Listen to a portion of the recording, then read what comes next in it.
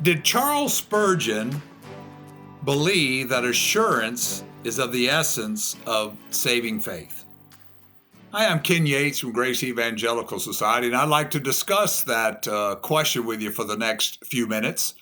And I have to be honest right from the start, I'm not really sure. I read some things of his just recently, but I think it would, again, make an interesting topic to discuss.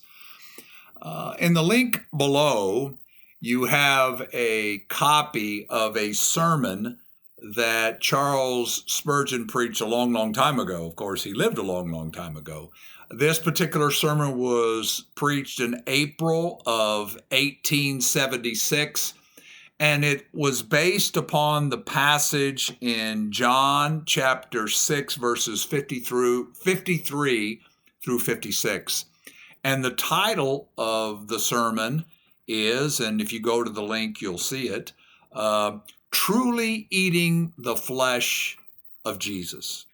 This is the passage where Jesus talks about drinking his blood and eating his flesh. And Spurgeon in this sermon, obviously we don't have a video of it or a recording of it.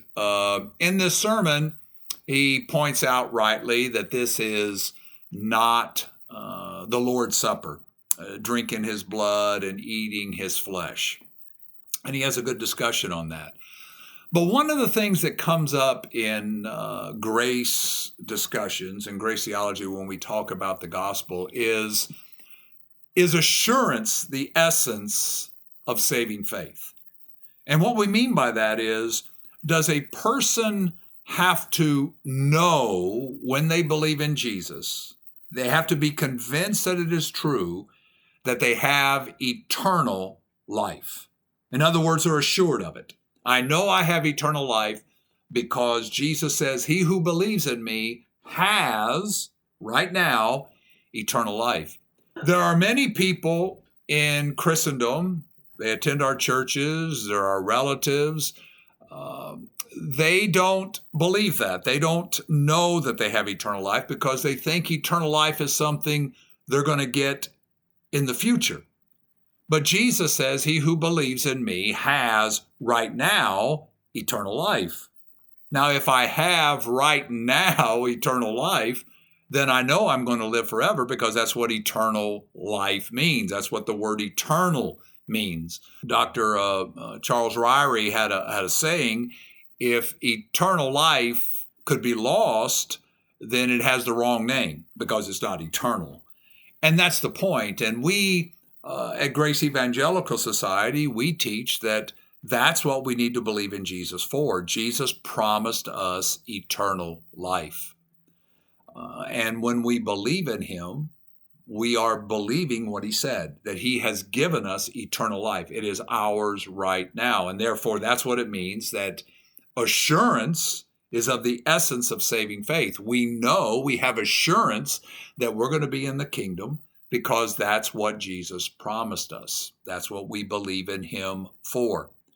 But of course, that raises a lot of problems with people because they'll say things like, well, my mom and dad were Arminians, and Arminians believe you can lose your salvation. Arminians believe that if you don't do enough good works, or if you do a particularly bad work, that you lose your salvation, and therefore they don't have assurance of eternal life.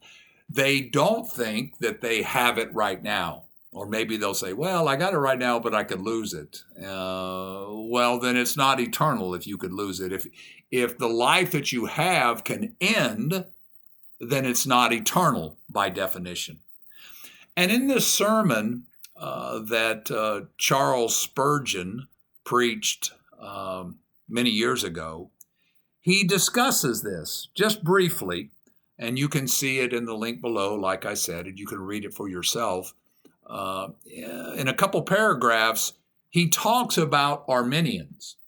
And one of the reasons this interests me is just recently I heard a bunch of lordship guys talking about Arminians and the gospel that they preached. Now, the lordship guy, they go, well, you don't know you have eternal life, but you can't lose it. And someone asked these guys, well, what about the Arminian? The Arminian says that you can lose it. So are they preaching the right gospel? And here it is 150 years ago where Spurgeon addresses that same issue. I want to read to you what he has to say. He's quoting from these verses where Jesus talks about eating his flesh and drinking his blood. And he says, secondly, it is vital. And it's in italics, so I'm assuming that he emphasized this. This is vital, he says. Read the next verse. This is a quote. Whoso eats my flesh and drinks my blood has eternal life, and I will raise him up on the last day. And this is Spurgeon talking. That is to say, he has been quickened by receiving into himself a whole Christ. He is therefore alive.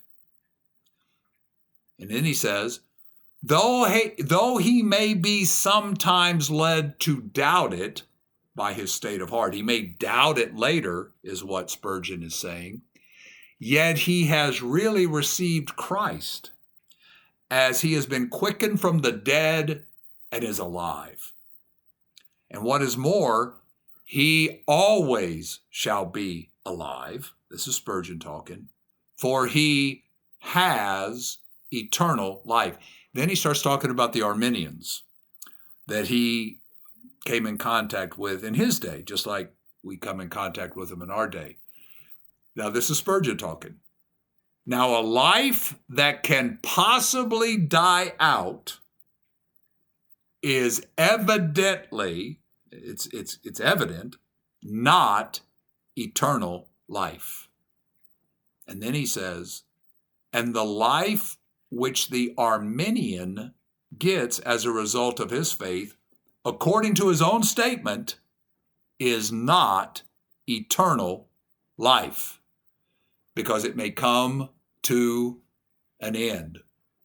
And then he goes on to explain that he hopes the Arminian sees the error of his ways. And he says that he hopes that the Arminian can come to believe in his words, the perseverance of the saints. Now, when we hear perseverance of the saints, we normally think perseverance in good works, but I don't think that's what Spurgeon means here. He goes, I hope the Arminian can see that if he has eternal life, it's going to persevere to the end. We might call that the preservation of the saints. But in this short quote, we can't be sure. But I found this quote by Spurgeon very interesting, because some of the things I've read in him before would lead me to believe that he didn't believe that. But he does recognize that the Arminian does not preach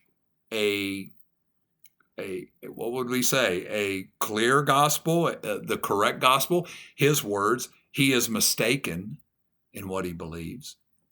But in this quote, it's a little fuzzy, because he goes on to say, I know if he has really believed in Jesus, he will sweetly find out his mistake. Now, what does that mean? Does he mean, hey, listen, the Arminian is just mistaken? He doesn't understand that he has eternal life now, and he's like the lordship guys that I've heard recently say, yeah, it's a messed up gospel, but it's still saving, and hopefully he'll see it and have assurance, and he's worried when he shouldn't be worried. Anyway, you can read that sermon for yourself. Certainly some of the things that Spurgeon talks about when he says the mistake, and when he says the life that he has believed in for is not eternal life. I read that as a grace guy, go, they haven't understood the offer.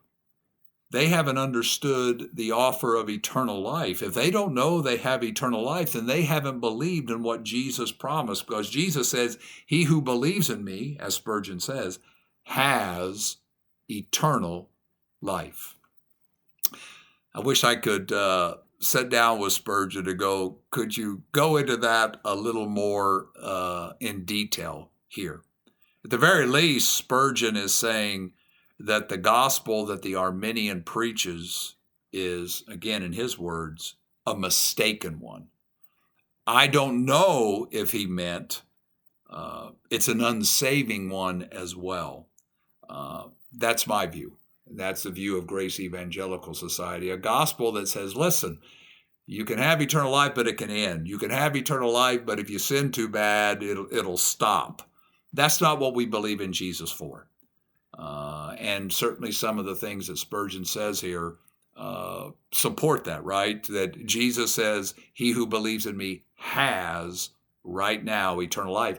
And his words, it cannot die out. It is not possible. If you're someone who has never believed in Jesus for eternal life, and what I mean by that is his promise, and eternal life means eternal life. As Ryrie says, it cannot end.